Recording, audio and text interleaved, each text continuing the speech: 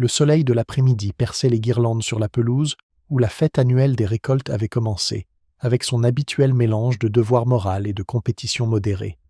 Les tables étaient disposées en rangées dignes. Tartes aux pommes, pots de confiture de prunes, chutneys de moelle, tous étiquetés de la main soignée de l'Institut des femmes.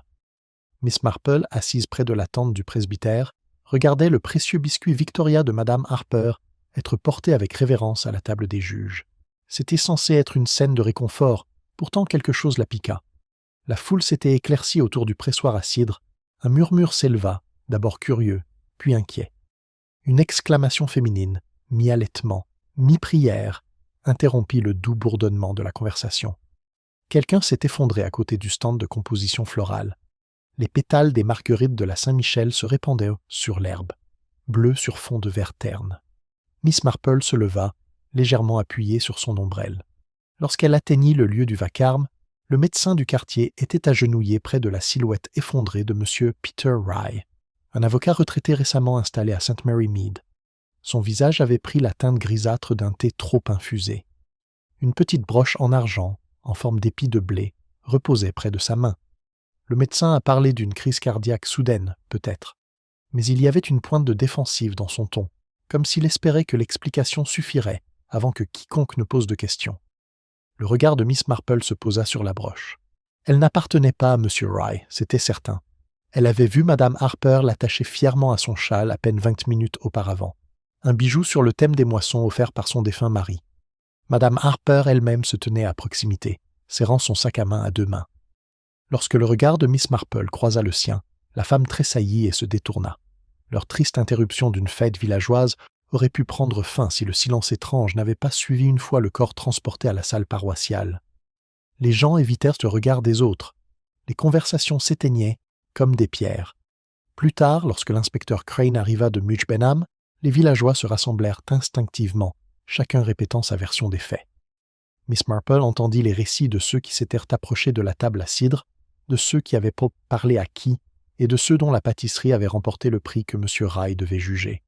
À l'écart, la femme du vicaire murmurait « Quelle honte! Espérons que ce soit dû à des causes naturelles. » À quoi Mme Harper, pâle et tremblante, répondit trop vite « Oui, des causes naturelles, en effet. » Les aiguilles à tricoter de Miss Marple s'agitaient silencieusement sur ses genoux tandis que l'inspecteur prenait des notes.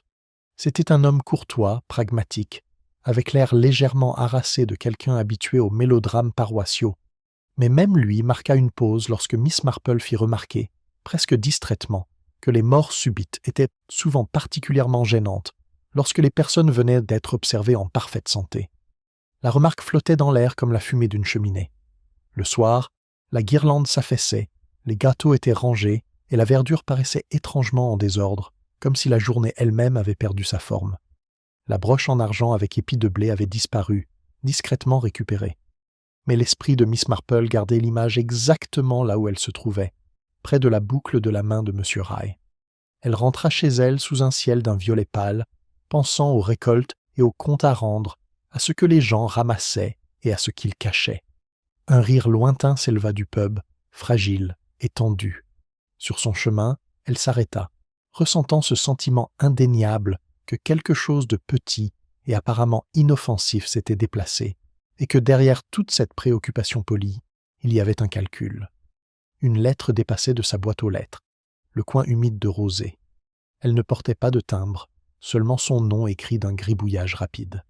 À l'intérieur se trouvait un fragment arraché du programme du festin du jour, et au crayon, 4 mots écrits dessus. Ce n'était pas le cidre. Miss Marple plia soigneusement le papier, le glissa dans sa poche et ferma son portail d'un geste définitif et silencieux. La cloche de l'église commença à sonner lentement pour l'office du soir. Quelque part dans le silence, une vérité mûrissait. La conversation du lendemain matin, aussi inévitable que le lever du soleil, commença bien avant que le petit déjeuner ne soit refroidi. À la boulangerie, Madame Finch confia à quiconque se trouvait à proximité de son comptoir que le pauvre M. Rye avait eu l'air étrangement rouge avant le début du jugement, comme s'il était contrarié. Lorsque l'histoire parvint à la poste, il se disputait à voix basse avec Mme Harper près du kiosque à fleurs, et à l'heure du déjeuner, cette rumeur s'était transformée en dispute d'argent. Miss Marple entendit des bribes de son en se rendant chez l'épicier. Elle ne ralentit pas le pas, se contentant de ranger les phrases comme des points de suture soignés, chacune devant être examinée plus tard. Au coin du cimetière, Miss Hartnell tenait sa cour avec 2 dames de cœur, son chapeau tremblant tandis qu'elle déclarait que M. Rye n'avait jamais été là, à Sis Gentleman. Les avocats étaient rares, disait-elle, surtout ceux qui prenaient une retraite anticipée et achetèrent des maisons au-dessus de leurs moyens. Dans l'épicerie, Madame Price engagea la conversation à voix basse, mi-excitée, mi-scandalisée. Bien sûr, le docteur James jurait que c'était son cœur, dit-elle en pesant le sucre. Mais les cœurs ne défaillirent pas au milieu d'un fou rire, n'est-ce pas, Miss Marple? Un instant, il goûtait le trifle au cidre de Madame Harper, et l'instant d'après, elle fit un léger geste, un léger affaissement de la main. Miss Marple hocha légèrement la tête. Il avait donc mangé la bagatelle juste avant? Oh oui, ma chérie, dit Madame Price, même si, entre nous, certains disaient qu'il avait seulement fait semblant. Je n'ai pas aimé le goût. Un gentleman ne peut pas insulter la recette d'une dame, n'est-ce pas? Une remarque curieuse, pensa Miss Marple. Prétendre que ce mot était si utile. On le faisait tout le temps, surtout dans les villages. En milieu de matinée, l'inspecteur Crane fut aperçu devant le presbytère. Son entretien avec Madame Harper fut bref, et à sa sortie, les villageois remarquèrent que ses rideaux étaient immédiatement tirés. La servante de Madame Harper fut aperçue portant un plateau à l'étage, mais personne ne put confirmer si sa maîtresse avait pris de la nourriture. Il était généralement admis qu'elle avait vieilli de 10 ans en une nuit. À la même heure, Miss Marple reçut un visiteur qui frappa à la porte avec hésitation, suivi de l'apparition de la jeune Gladys Lumley, la nièce du vicaire, toujours vêtue de son tablier du festin. Son regard était inquiet, ses doigts crispés sur une serviette pliée. « Je ne devrais pas être là, » dit-elle, une fois la porte refermée derrière elle. Sa tante lui avait conseillé de ne pas bavarder, mais bien je me sens mal de ne pas dire quelque chose. Miss Marple lui fit signe de s'asseoir et lui versa du thé sans faire de commentaire. Gladys déplia la serviette pour révéler un petit bout de fil d'argent. « Je l'ai trouvé près de l'endroit où M. Rye est tombé, » dit-elle. « Il s'est accroché à l'herbe. » Au début, j'ai cru que ce n'était rien, mais je me suis souvenu que la broche de Madame Harper avait un fil à l'endroit où elle fixait son châle. Doré, pas argenté. « Vous êtes observatrice, ma chère, » murmura Miss Marple. Gladys rougit. Je ne l'ai remarqué que parce qu'elle pleurait et a dit plus tard qu'il avait dû être volé. Mais je pense qu'il s'est cassé. Eh bien, je l'ai vu parler à M. Rye plus tôt, avant l'arrivée de quelqu'un d'autre. Ils étaient près des tonneaux de cidre, et elle avait l'air en colère. Je ne voulais pas l'écouter, mais elle a dit quelque chose comme « Tu n'as aucun droit, Peter. Pas après tout ce temps. » Le regard de Miss Marple s'adoucit. Et M. Rye. Il a dit « Tu n'oserais pas. C'est tout ce que j'ai entendu. » La fille parut soudain effrayée par ses propres paroles. « Pensez-vous qu'il ait été empoisonné ?» Miss Marple remuait son thé, la cuillère tournant à un rythme calme. « Le poison est tellement démodé de nos jours, » dit-elle doucement. « Pourtant, on a souvent recours à des moyens désuets lorsque ces griefs sont désuets. » Gladys se mordit la lèvre. « Je n'aurais pas dû venir. »« Au contraire, » dit gentiment Miss Marple, « vous avez bien fait. Seuls les discours deviennent toxiques s'ils sont laissés trop longtemps dans l'ombre. » Après le départ de la jeune fille, Miss Marple resta pensive. La note « anonyme CE » n'était pas le cidre, elle posa le fil à côté, pâle sur le bois poli. 2 petits fragments, tous 2 appartenant à des objets brisés. Dans l'après-midi, le vicaire lui-même vint, accablé par ses devoirs paroissiaux et la conscience troublée. Il parla d'organiser une quête commémorative et de réconforter Madame Harper, qu'il avait terriblement prise à cœur. Pourtant, sa conversation s'égara comme souvent sur le passé de M. Rye. « Il était veuf, vous savez, » dit le vicaire. « Il semblait assez respectable, mais il y avait des rumeurs. Sa défunte épouse l'avait laissé dans une situation assez confortable, même si certains disaient que la succession était compliquée. Il avait une nièce, je crois, dont il était séparé. Un peu londonien. Il n'était jamais venu ici. »« Ah !» dit Miss Marple. « La nièce. On se dispute parfois à propos d'héritage, n'est-ce pas ?» Le vicaire soupira. « L'argent, c'est un peu comme le vin, Miss Marple. Un peu apporte de la joie, trop, ça tourne au vinaigre. » Tandis qu'il partait, Miss Marple se tenait près de sa fenêtre, le regardant traverser le chemin. Le village s'installait dans ce calme inquiétant qui suit une tragédie. La vie reprenant son rythme, mais une note fausse retentit. Elle vit la femme de chambre de Madame Harper se précipiter vers le bureau de poste, une enveloppe cachetée à la main. Dehors, Une brise agitait les fleurs fanées près de son portail. Parmi elles, un pétale de marguerite de la Saint-Michel se détachait en tremblant, flottant comme un minuscule drapeau de reddition.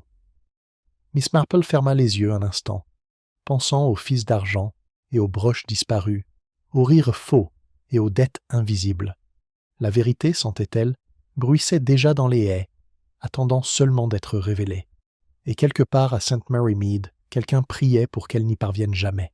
Une affaire des plus curieuses, disait l'inspecteur Crane d'une voix basse, mais avec ce calme forcé d'un homme oscillant entre sympathie et suspicion. Il se tenait dans le petit salon de Miss Marple, faisant tourner le fil d'argent entre ses doigts. « Vous avez trouvé ceci près de la Seine, dites-vous » Miss Marple sourit faiblement. « Pas moi, inspecteur. C'était la nièce du vicaire qui l'avait apporté. Elle pensait qu'il avait peut-être égaré la broche de Madame Harper. Madame Harper nie avoir perdu quoi que ce soit de ce genre, dit-il en posant soigneusement le fil. Quant à la broche elle-même, elle a complètement disparu. Elle prétend qu'elle a dû être volée dans la confusion. » Miss Marple hocha la tête. On dit souvent cela quand quelque chose qui compte change de main de façon inattendue. Il la regarda, hésitant à entreprendre cela pour de la philosophie ou une suggestion. « Tu ne crois pas qu'elle dit la vérité ?» « Je pense, dit Miss Marple, que la vérité, dans un village, est souvent comme le motif d'une dentelle. Il faut regarder ce qui manque autant que ce qui est. » Crane sourit malgré lui. « Vous feriez un témoin difficile, Miss Marple ?»« Oh, je l'espère bien, murmura-t-elle. » L'inspecteur partit, son carnet plein à craquer et sa patience à bout. Dehors, Miss Marple entendit le léger crissement du gravier, tandis qu'il se dirigeait vers le pré où la petite voiture du docteur James était garée. De sa fenêtre, elle observa les deux hommes échanger des gestes brefs, des paroles perdues dans l'air. Elle se demandait ce que le médecin avait écrit sur le certificat de décès. Insuffisance cardiaque, sans aucun doute. Pourtant, l'expression « cause naturelle » était si élastique, si accommodante à ce qu'on préférait ne pas demander. En fin d'après-midi, le village semblait plus animé que d'habitude, comme si le mouvement lui-même était un alibi. Madame Price réaménagea sa vitrine pour la 3e fois, le vicaire rendit visite à des personnes confinées qui n'avaient jamais mérité une telle dévotion, et la femme de chambre de Madame Harper fut vue en train de polir le loquet en laiton du portail 2 fois, en 1 heure. À 5h30, Miss Marple se dirigea discrètement vers le bureau de poste. Miss Hartnell et Mrs. Finch étaient déjà là, la voix basse mais le regard brillant. « Entre nous, dit Madame Finch, le docteur n'avait pas l'air très sûr de lui.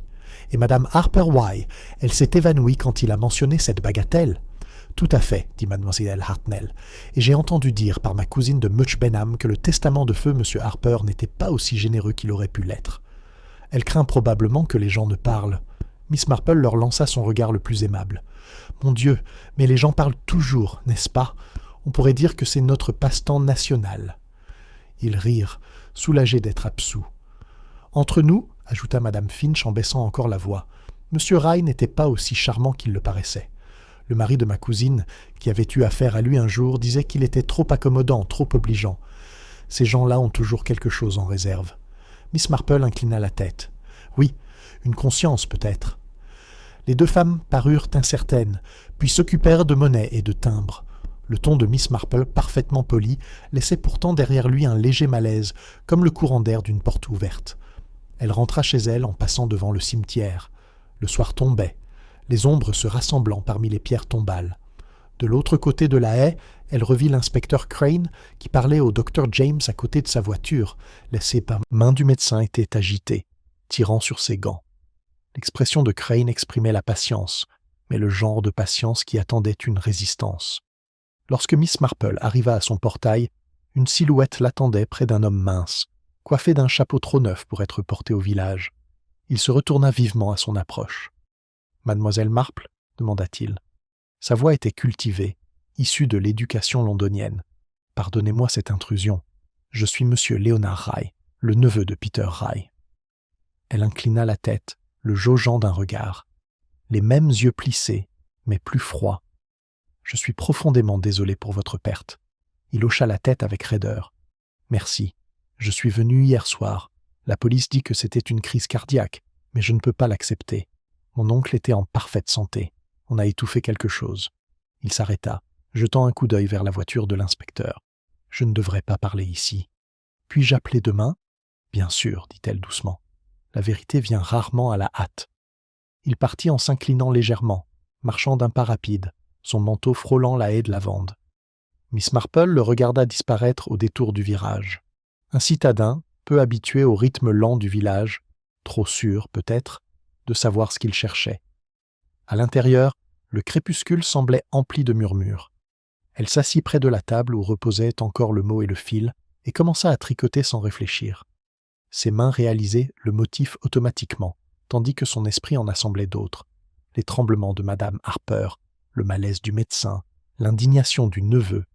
3 types de peur, pensa-t-elle.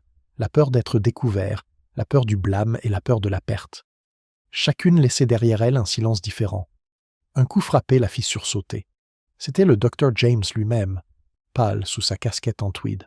« Mademoiselle Marple, dit-il, pardonnez-moi, mais je me demandais si vous aviez remarqué quelque chose d'inhabituel au festin. Quelque chose qui pourrait expliquer, son malaise. »« Eh bien, docteur, dit-elle doucement, j'ai remarqué que les gens qui se disputent mangent rarement ce qu'on leur sert. Mais vous le savez mieux que moi. » Il lui lança un regard méfiant. « Tu crois que j'ai raté quelque chose ?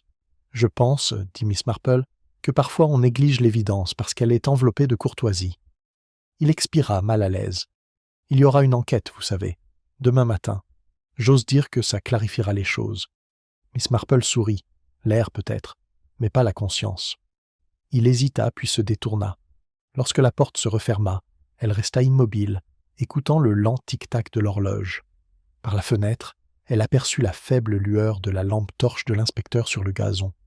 Il mesurait quelque chose sur l'herbe près du stand de cidre, son ombre se détachant sur le sol. Et dans cette lumière vacillante, l'espace d'un instant, Miss Marple crut apercevoir une autre lueur, une forme fine et incurvée à moitié enfouie près des pâquerettes, telle une épingle ou un fermoir captant le peu de lumière restante. Elle se fit un devoir d'y regarder de plus près le lendemain matin. Pour l'instant, elle plia son tricot, le posa à côté du mot et dit doucement à la pièce vide. Les apparences sont si rarement décoratives, une fois qu'on regarde sous les mailles. Dehors, le vent s'est levé à nouveau, dispersant des pétales sur le chemin comme des secrets tombés. Et pourtant, dit l'inspecteur Crane en se penchant près du green, « Vous êtes certaine que c'est ici que vous l'avez vu, Miss Marple ?»« Silencieux, répondit-elle, fermement appuyée sur sa canne. La lumière du matin perçait les nuages, douce comme du lait.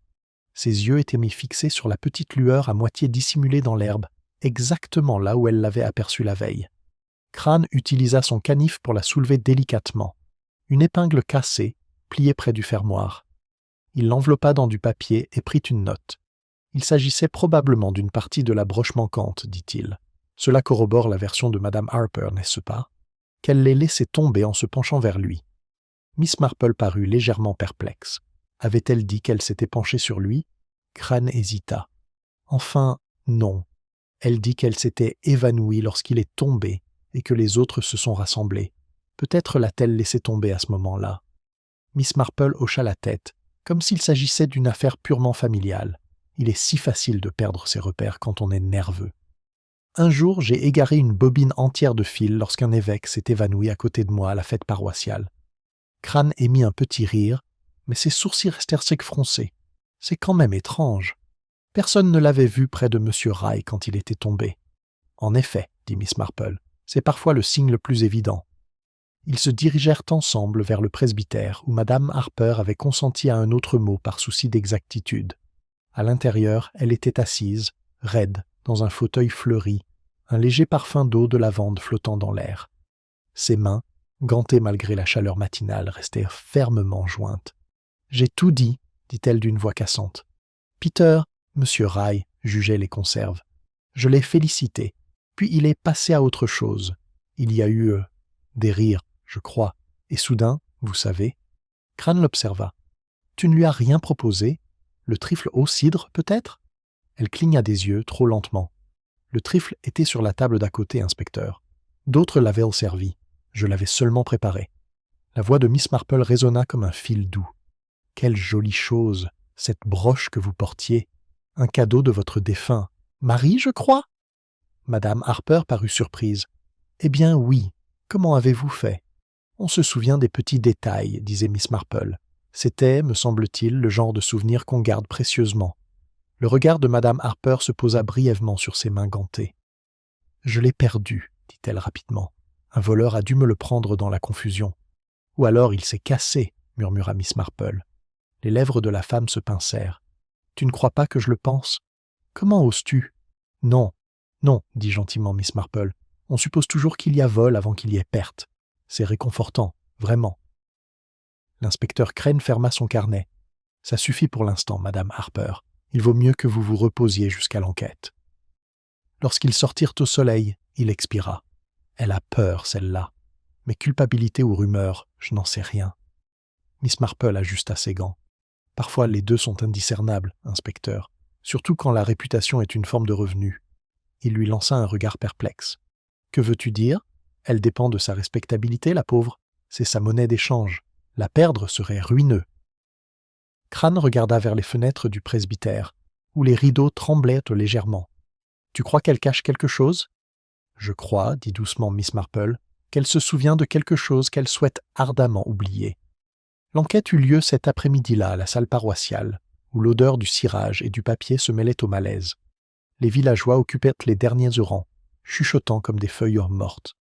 Le docteur James témoigna d'un ton prudent, décrivant les symptômes: pâleur soudaine, collapsus, absence de lésions externes. Le cœur s'était simplement arrêté, conclut-il, probablement dû au stress. Le coroner hocha la tête. Aucune trace d'empoisonnement. Rien d'apparent, dit le docteur James, bien que ses mains se crispent sur ses notes. Je ne voyais aucune raison de le soupçonner. Depuis son siège près de l'allée, Miss Marple observait le visage du docteur. Sa voix était posée, mais les commissures de ses lèvres se contractaient légèrement après chaque réponse, comme un homme qui profère des demi-vérités qu'il espère suffire. Madame Harper fut ensuite appelée. Elle fit son récit à voix basse, les yeux fixés sur la table. Lorsqu'elle parla de sa broche, sa voix trembla une seule fois. L'inspecteur Crane a ensuite résumé les conclusions d'un ton neutre. Aucun signe d'acte criminel pour le moment. En attendant la confirmation du laboratoire, la cause du décès semble naturelle. Le verdict tomba rapidement, mort par accident. Le public exhala collectivement, comme une école libérée de l'inspection. Mais tout le monde ne semblait pas soulagé. Dehors, Leonard Rye attendait près du portail, le visage assombri par la colère. « Une farce !» marmonna-t-il au passage de Miss Marple. « Ils vont mettre ça sur le compte de Providence, parce que c'est pratique. Mon oncle n'a pas simplement... » Le il a été réduit au silence. Miss Marple le regarda avec un intérêt discret. « Tu crois que quelqu'un voulait le faire partir? Je le sais. Il allait modifier son testament. Il me l'a dit la semaine dernière. Un nouveau bénéficiaire. » Le regard de Miss Marple s'adoucit. « Et ça vous inquiète ?» Il hésita. Ce n'était pas une question d'argent. C'était une question de tromperie. Il fréquentait une femme, une du village. Il disait qu'elle lui rappelait des jours meilleurs. Miss Marple inclina la tête. « Et vous pensez que cette femme était Madame Harper ?» Sa mâchoire se serra. « Je pense qu'elle avait raison de taire son affection. Et peut-être une raison plus forte encore d'y mettre fin, puisqu'il avait l'intention de la rendre publique. » Il se détourna avant qu'elle puisse répondre et se dirigea vers sa voiture. Miss Marple resta immobile un instant, laissant le vent agiter son châle. Le parfum des pommes du verger flottait faiblement dans l'air, d'abord doux, puis acide. Plus tard, à la maison, elle a déplié à nouveau la note anonyme. Ce n'était pas le cidre. Son regard se posa sur les mots, puis sur l'épingle cassée que l'inspecteur Crane lui avait laissée en lieu sûr. Elle associa les deux par la pensée. L'avertissement, la bagatelle, la broche disparue. Le motif était encore flou, inachevé. Mais elle sentait la main qu'il avait tissée trembler sous la tension. À la tombée de la nuit, la cloche de l'église commença à sonner lentement. Miss Marple alluma sa lampe, dont le cercle lumineux était chaud et constant, et se murmura. « Les gens aiment leur récolte, mais ils oublient que le glanage révèle ce qui a été laissé tomber. » Dehors, une silhouette s'arrêta devant son portail, puis s'éloigna silencieusement. « Et pourtant, murmura Miss Marple, je me demandais qui viendrait me rendre visite si tard. » Le coup qui s'était arrêté à sa porte revint, doux et délibéré. Elle l'ouvrit et trouva le docteur James de nouveau, chapeau à la main, le sang-froid à vif. « Pardonne-moi, dit-il à voix basse, mais je n'arrive pas à trouver le repos. Quelque chose me tracasse depuis le festin. » « Alors, il ne faut pas laisser la situation s'envenimer, dit calmement Miss Marple en l'invitant à entrer. « Asseyez-vous près du feu. Le thé est toujours plus sincère que le courage. » Il parvint à esquisser un sourire pâle. « Tu as raison, comme toujours. » Il s'agit du verre de M. Rye. Je ne devrais pas en parler. À proprement parler, c'est une affaire de police. Mais je n'arrête pas d'y penser. Il y avait une trace sur le bord, légère mais métallique. Je l'ai essuyée avant de réfléchir. Les aiguilles de Miss Marple se sont immobilisées au milieu du poing. Métallique? Oui. Au début, j'ai cru que ce n'était rien, peut-être un résidu de la louche à cidre. Mais maintenant, je me pose la question. C'est tout à fait normal de se poser des questions, dit doucement Miss Marple. Essuyer les choses enlève souvent bien plus que de la poussière. Il expira en se frottant les tempes. Je me suis déjà ridiculisé avec Crane une fois cette semaine. Il pense que je suis nerveux de nature. Et toi? Il hésitait. Seulement quand il s'agit de secrets. Son regard s'attarda sur lui, doux et pourtant pénétrant. Alors tu pardonneras à une vieille femme de te demander si ces secrets sont les tiens ou ceux d'un autre? Le docteur James regarda le feu. Les deux, peut-être, mais l'un est plus lourd que l'autre. Il se leva brusquement. Je n'aurais pas dû venir, je te laisse tranquille. La paix, dit doucement Miss Marple, est rarement laissée là où la culpabilité s'est installée. Il s'arrêta à la porte, puis hocha légèrement la tête et partit. Miss Marple resta près du feu, une légère odeur de médicaments flottant dans l'air.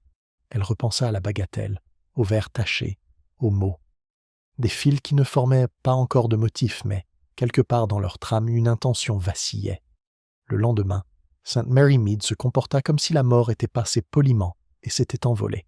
Les rideaux se rouvrirent, les rumeurs se réduisirent à des soupirs. Pourtant, sous ce silence, quelque chose pressait encore les coutures. Au bureau de poste, Mademoiselle Hartnell se pencha confidentiellement vers Mademoiselle Marple. « Vous avez entendu?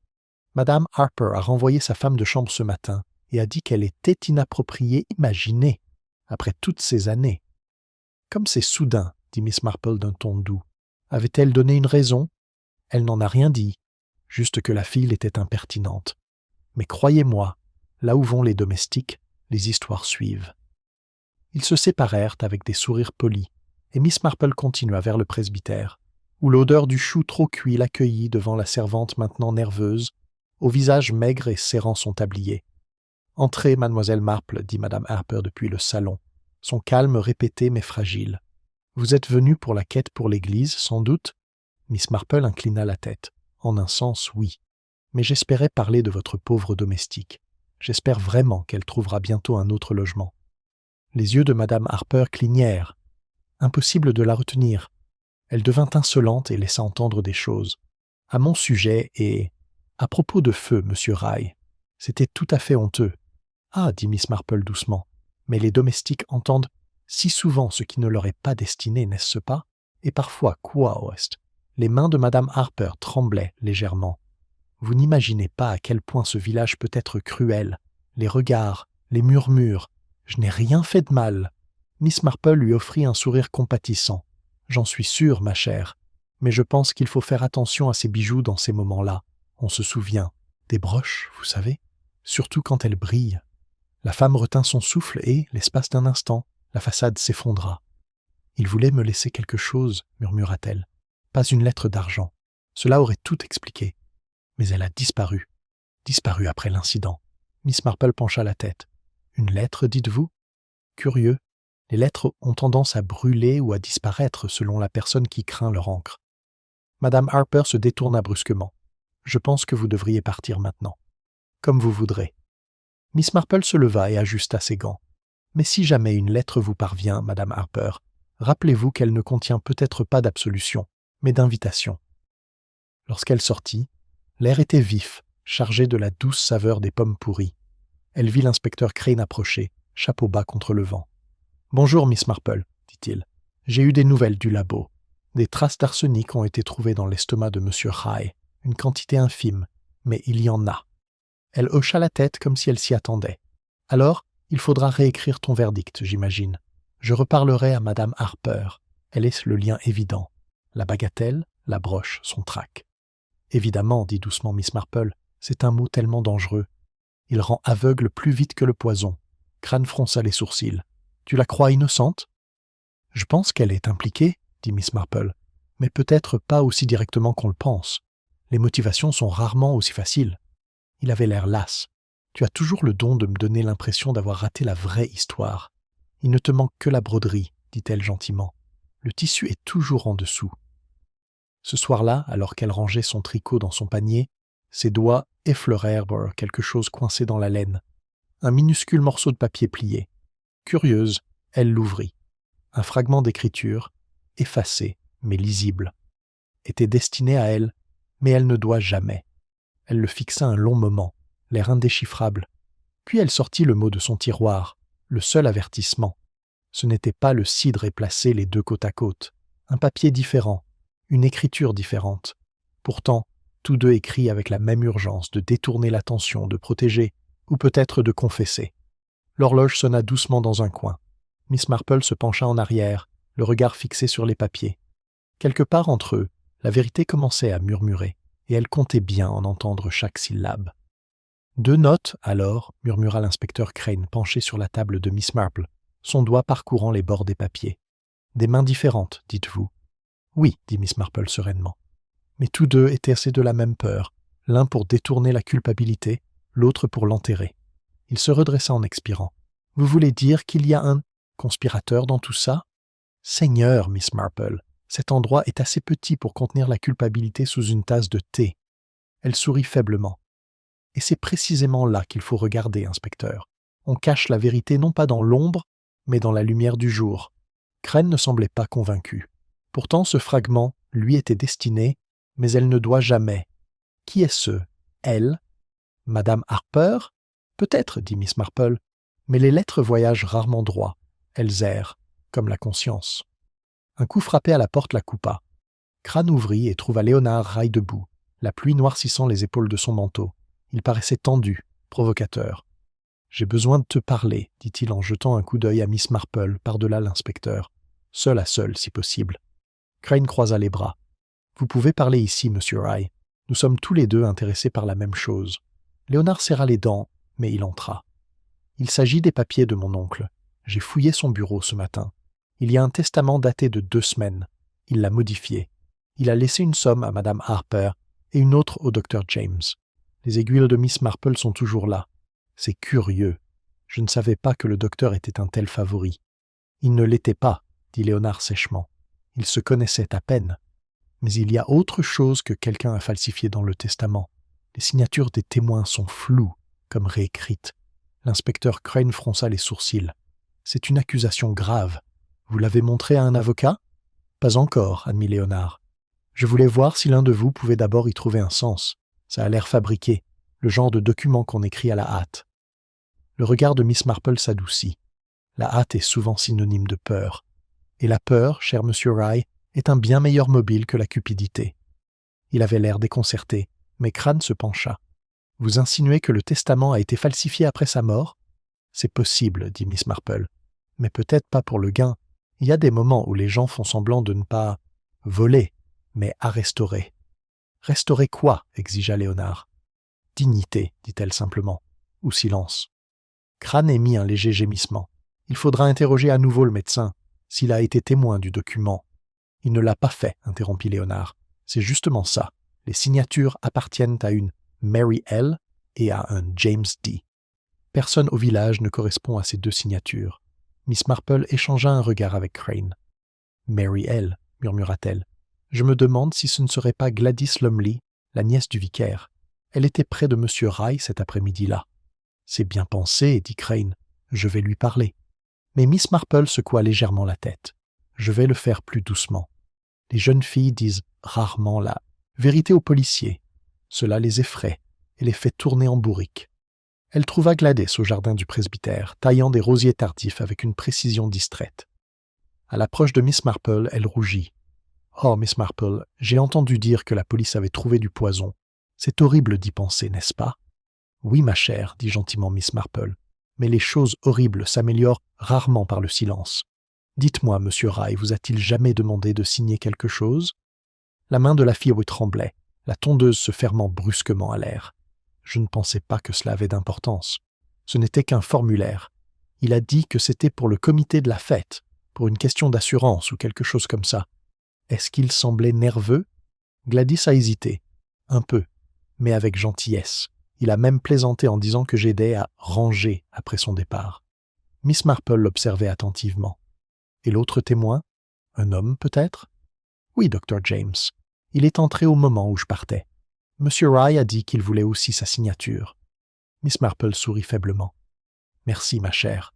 Vous m'avez été d'une grande aide. » À son retour, l'inspecteur Crane l'attendait, aussi impatient qu'un chien devant l'orage. « Alors ?» ?»« Elle l'a confirmé, dit Miss Marple. « Les 2 noms figurant sur le testament sont réels, mais c'est la date qui compte.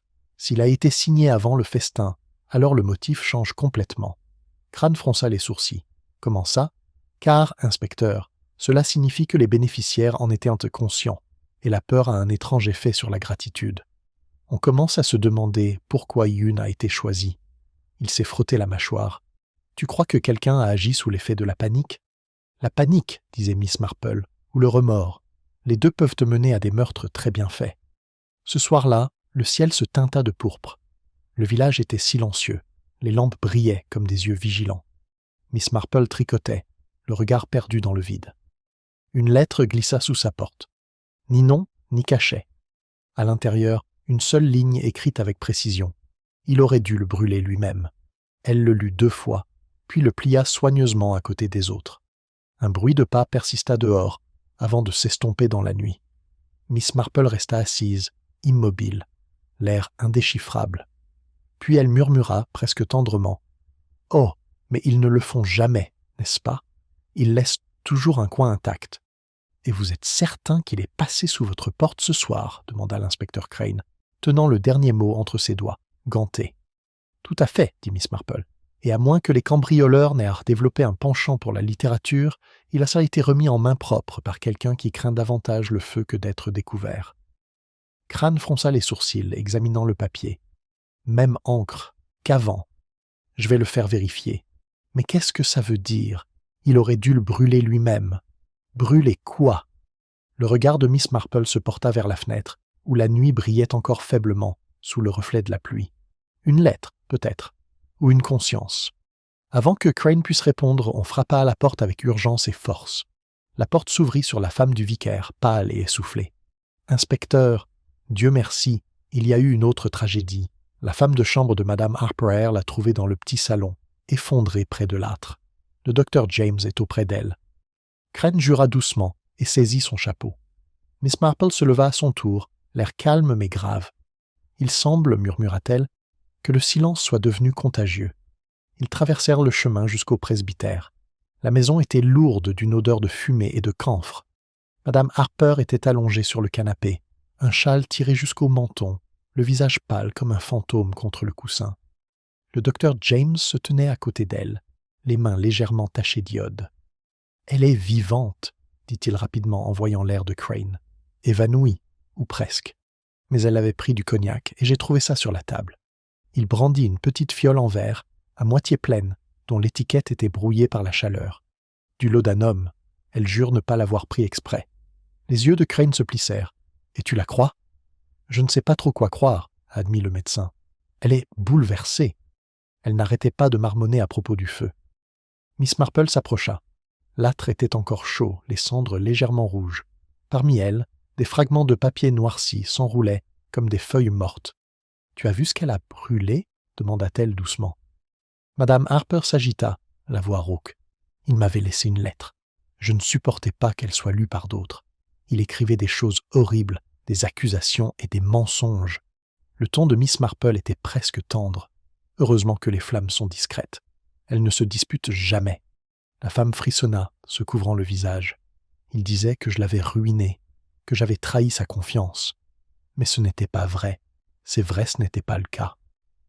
L'inspecteur Crane a échangé un regard avec Miss Marple. « Quand l'avez-vous reçu ?»« Ce matin, murmura-t-elle.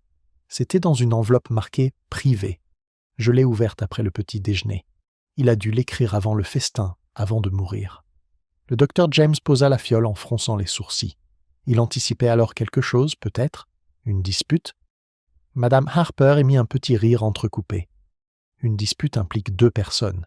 Il était le seul à menacer constamment de révéler des choses qu'il valait mieux laisser enfouies. Sa voix se brisa et Miss Marple posa une main sur son poignet, sentant le tremblement sous le gant. « Difficile d'être blâmé par les morts, » dit-elle doucement. Ils argumentent, avec tant de conviction. Lorsqu'ils la quittèrent, le vent commençait à se lever. Crane resserra son manteau. Si elle dit vrai, Quelqu'un a dû lui remettre cette lettre à titre posthume. Cela signifie avoir accès à son bureau, à ses papiers, ou même à sa porte. Miss Marple hocha la tête.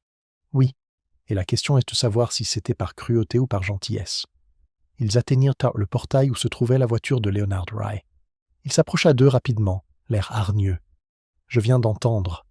Vous ne pouvez pas croire que mon oncle est écrit à... sonne après la mort. Pas après, dit Miss Marple d'un ton doux. Juste avant. Les morts ont une fâcheuse habitude de programmer leur confession à l'avance. » Les yeux de Léonard s'assombrirent. Il n'aurait rien écrit de gentil. Elle prenait tout de lui son son argent, sa réputation. J'ai vu la lettre une fois. Elle existait avant qu'elle ne la brûle. « Tu l'as vue » demanda Crane sèchement. « Oui, il y a quelques semaines. Il était sur son bureau. Il m'a dit qu'il l'avait écrit, mais ne l'avait pas envoyé. Il voulait qu'elle le lise seulement s'il mourait. Je lui ai dit de le détruire, mais il a ri. » La voix de Miss Marple était douce. Il rit.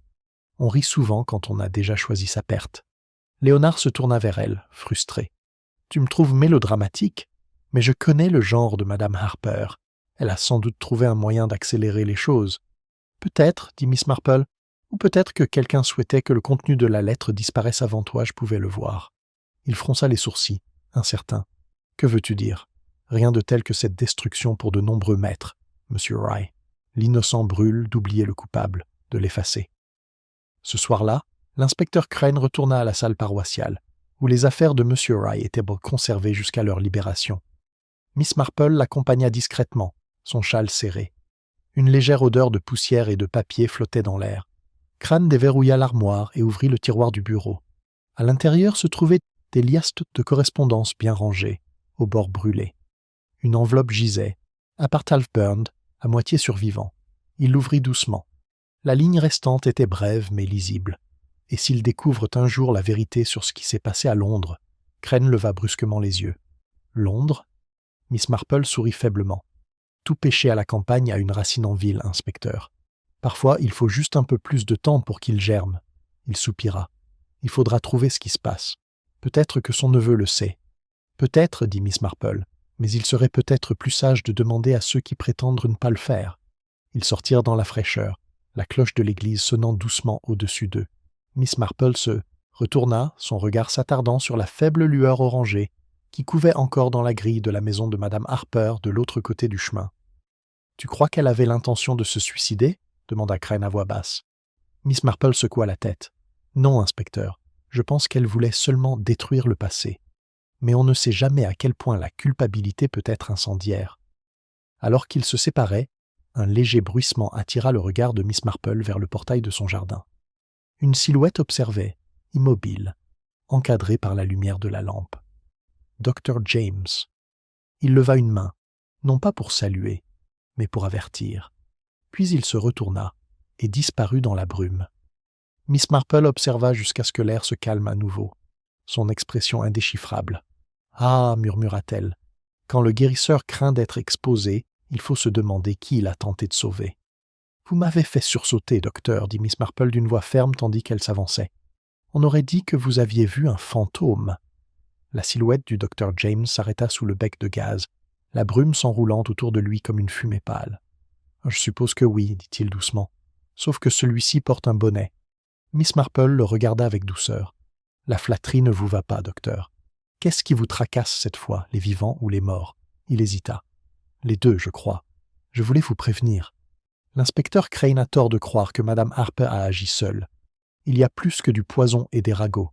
À votre place, je fermerai ma porte à clé. Les gens qui verrouillent leur porte, dit doucement Miss Marple, sont généralement ceux qui ont autant peur d'eux-mêmes que des autres. » L'expression du docteur se durcit. « Vous pensez que je suis coupable de quelque chose ? » ?»« Je pense, dit Miss Marple, que vous avez fait de votre mieux pour oublier quelque chose que vous avez fait autrefois par gentillesse, et qui s'est terminé en cruauté. Il s'est approché. Tu ne sais pas de quoi tu parles, n'est-ce pas ? Demanda-t-elle doucement. La référence à Londres dans la lettre de M. Rye concernait peut-être un cas que vous aviez traité là-bas, un patient décédé de manière inopportune. Ses yeux ont brillé. Tu n'as pas le droit de fouiller dans mon passé. Oh, absolument rien, approuva Miss Marple, sauf que le meurtre, comme la médecine, réussit rarement sans préparation. Pendant un instant, le docteur sembla sur le point de parler, puis se retourna brusquement et s'éloigna. Ses pas s'estompèrent, mais Miss Marple savait que la conversation avait atteint son but. Ce n'étaient jamais les réponses qu'elle désirait, mais des tremblements. Ils indiquaient où le sol pouvait céder. Le lendemain matin, elle trouva l'inspecteur Crane devant le bureau de poste, en train de parcourir un télégramme. « De Londres, dit-il d'un ton sombre. Votre intuition était juste. Rye était impliqué dans une affaire judiciaire embarrassante il y a des années. Une affaire de faute professionnelle, semble-t-il. Un patient est décédé sous les soins du docteur James, et Rye a étouffé l'affaire. « Ah, dit Miss Marple, on pourrait alors dire que les deux hommes se devaient le silence. » Et quand l'un d'eux décida de parler, Crane hocha la tête. « Tu crois que le docteur craignait d'être exposé, qu'il a tué Rye pour l'arrêter ? » « Peut-être, dit-elle. Ou peut-être que quelqu'un l'a tué. La gentillesse est une arme tellement dangereuse entre de mauvaises mains. » Ils se dirigèrent vers le presbytère, où Madame Harper était apparemment en convalescence. Sur le chemin, ils croisèrent Gladys Lumley, rouge et nerveuse. « Mademoiselle Marple, inspecteur, s'il vous plaît, venez vite. Le médecin est parti. Son cabinet est vide, et Madame Finch l'a vu monter dans le premier train. » Crane jura. « Parti, n'est-ce pas ? C'est un aveu. » « Ou par désespoir, dit Miss Marple à voix basse. Quand les gens fuient, ce n'est souvent pas par crainte de la justice, mais par honte. Pourtant, à midi, le village vibrait de rumeurs. La disparition du docteur James avait balayé St. Mary Mead comme une rafale de poussière. Certains prétendèrent l'avoir vu se disputer avec Léonard Rye à l'auberge la veille au soir. D'autres affirmèrent avoir entendu des cris près du pré. Miss Marple était assise près de sa fenêtre, tricotant, laissant les rumeurs prendre leur cours normal. Vers 3 heures, une silhouette s'approcha de Léonard Rye en personne, pâle mais posée. « Je suis venu m'excuser, dit-il sèchement. Tu avais raison pour la précipitation. J'ai accusé des gens sans preuve. » Miss Marple hocha la tête. Le chagrin a de nombreux visages. Il peut prendre des allures de colère ou de droiture, selon le chapeau que l'on porte. Il parvint à esquisser un léger sourire. J'ai parcouru le reste des papiers de mon oncle. J'ai remarqué quelque chose d'étrange. Son écriture changeait au milieu d'une note concernant le testament, comme s'il en avait dicté la seconde partie à quelqu'un d'autre. Les yeux de Miss Marple s'illuminèrent. Une dictée ? C'est intéressant. On en dit plus à l'oral qu'à l'écrit. A-t-il mentionné qui l'a prise ? Non, répondit Léonard. Seulement que c'était quelqu'un en qui il avait confiance pour gérer les affaires délicates. Alors il faut se demander, murmura-t-elle, quelles mains ont toujours été proches des secrets de l'intérieur. Ses yeux se dirigèrent vers la fenêtre du presbytère, où les rideaux de dentelle de la femme du vicaire bougeaient légèrement, bien que personne ne semblait être à l'intérieur.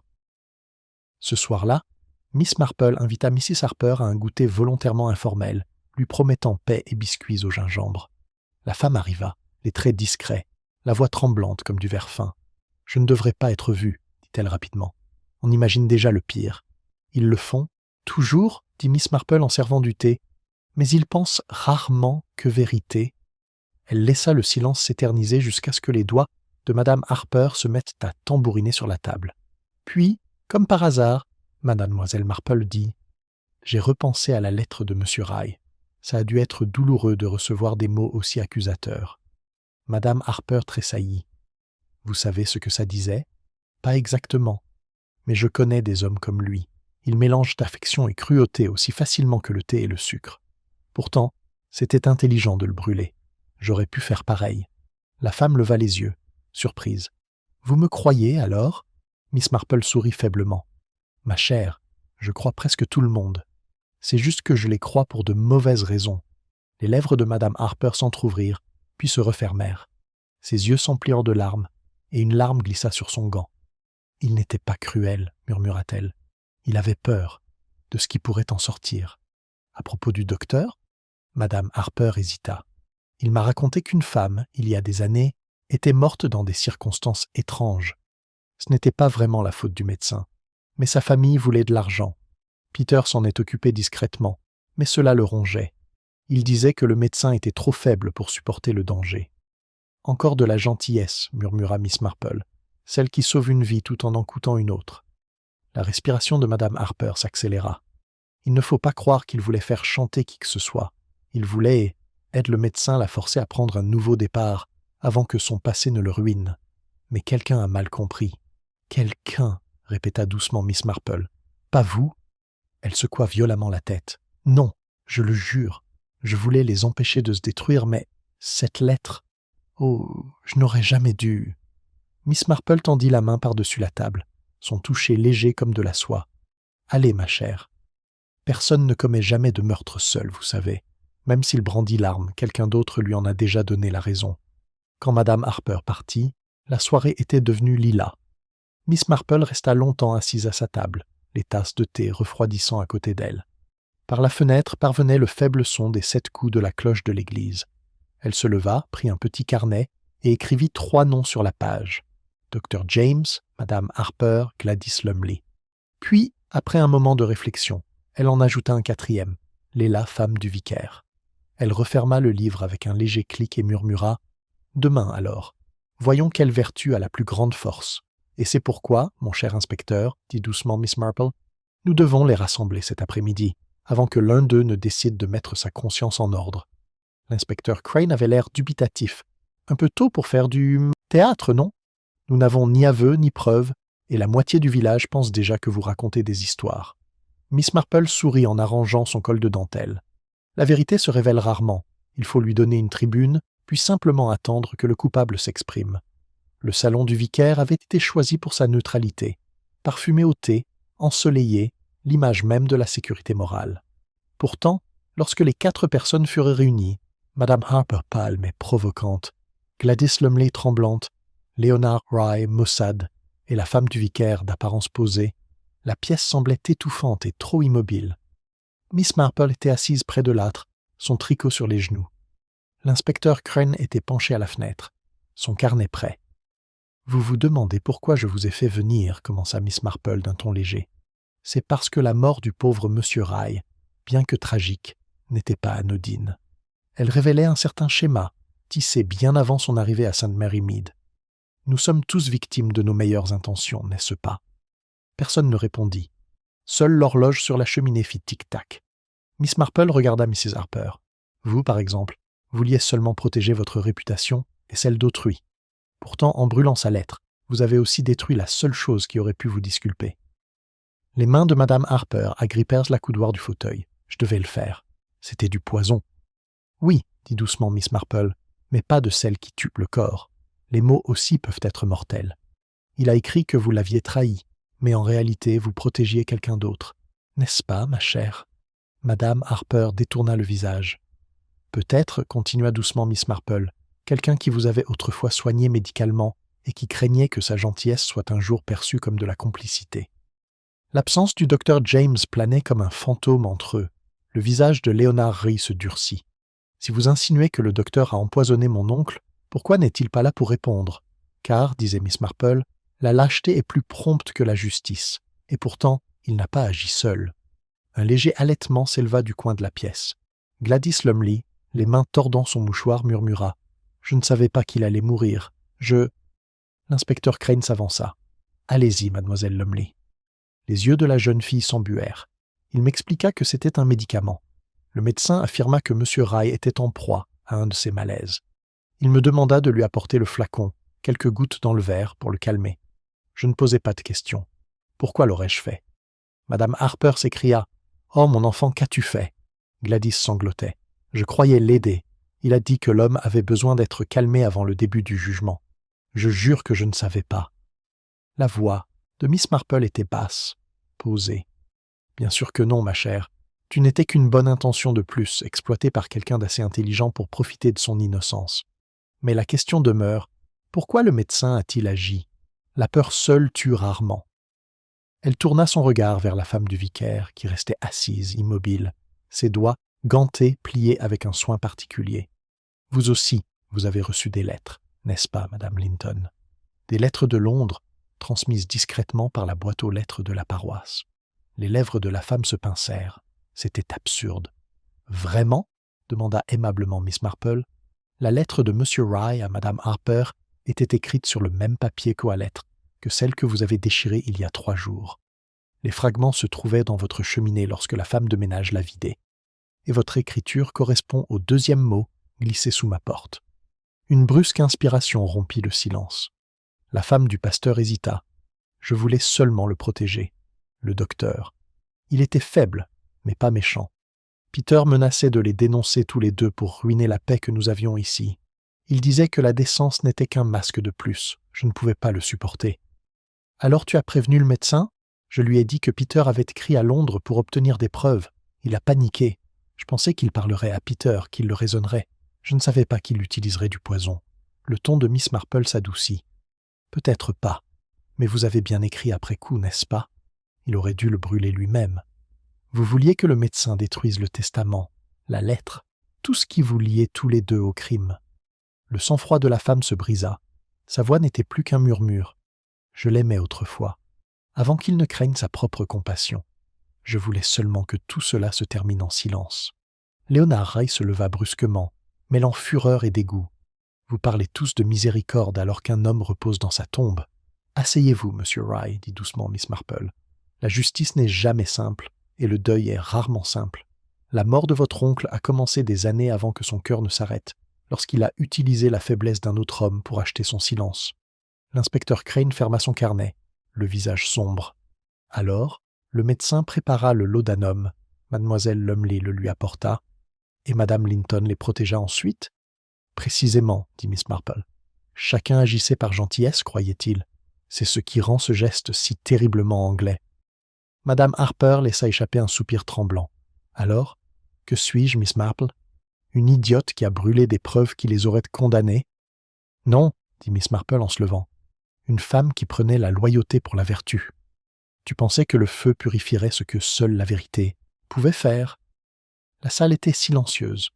Dehors, les cloches commençaient à sonner pour l'office du soir, leur rythme lent traversant le silence comme une bénédiction et un avertissement à la fois. L'inspecteur Crane fit un geste vers la porte. « Je vais m'occuper des mandats.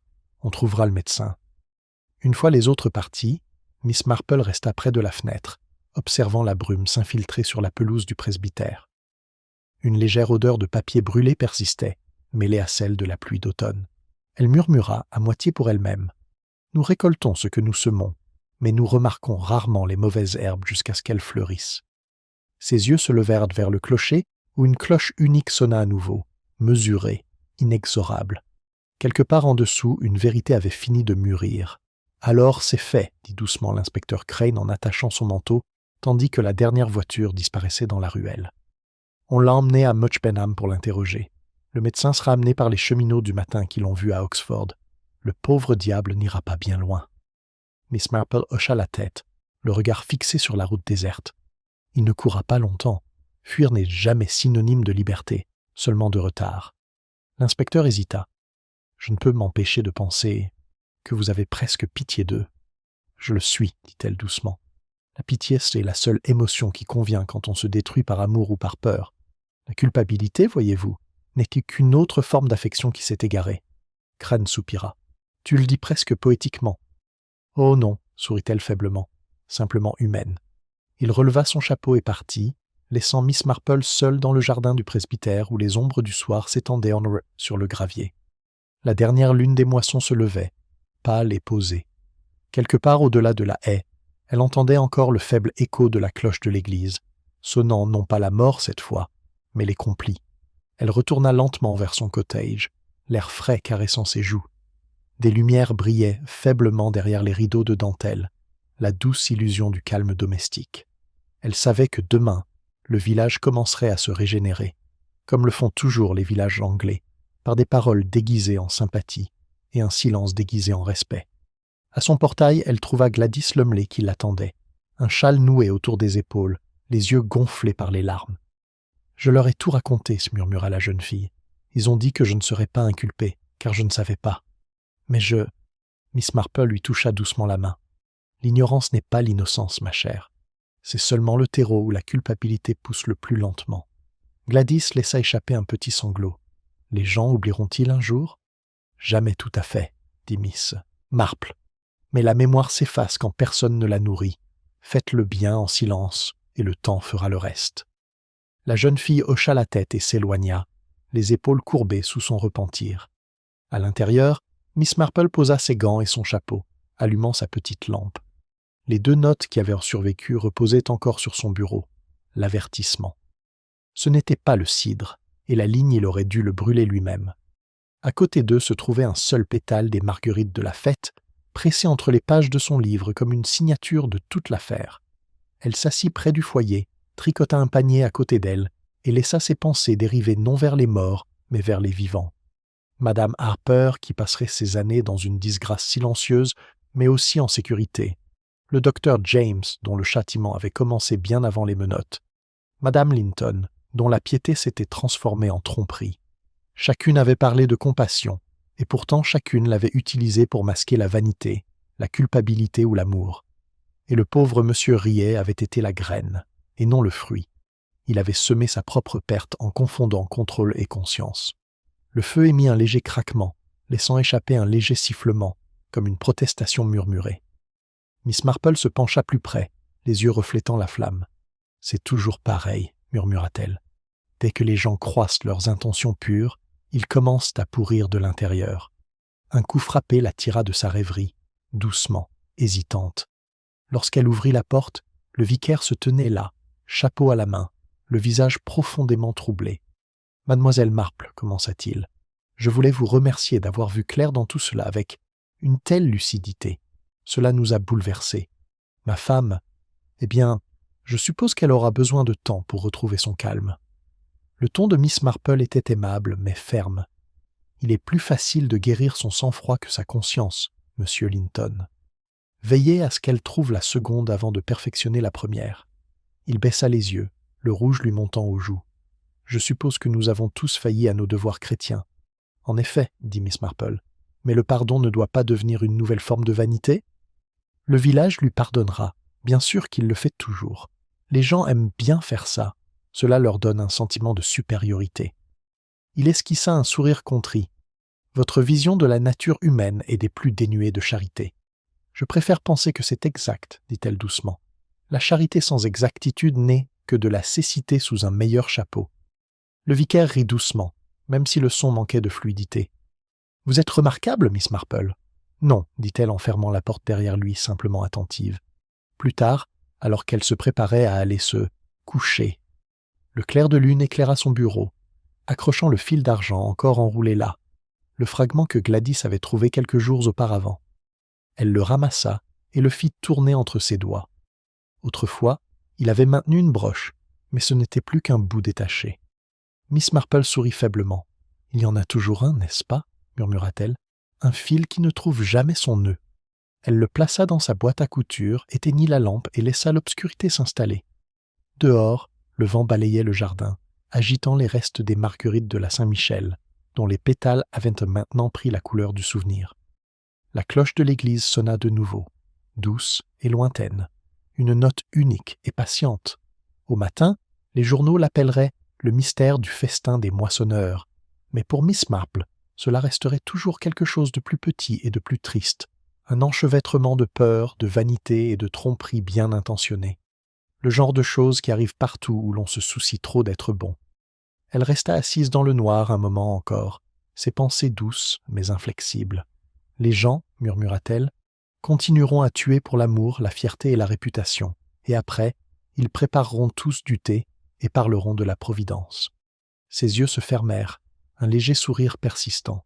Le feu se réduisit à des braises, et au-delà de la porte de son jardin, St. Mary Mead dormait à nouveau sous sa fine couverture de décence, propre comme toujours jusqu'à ce que le prochain péché remue le sol.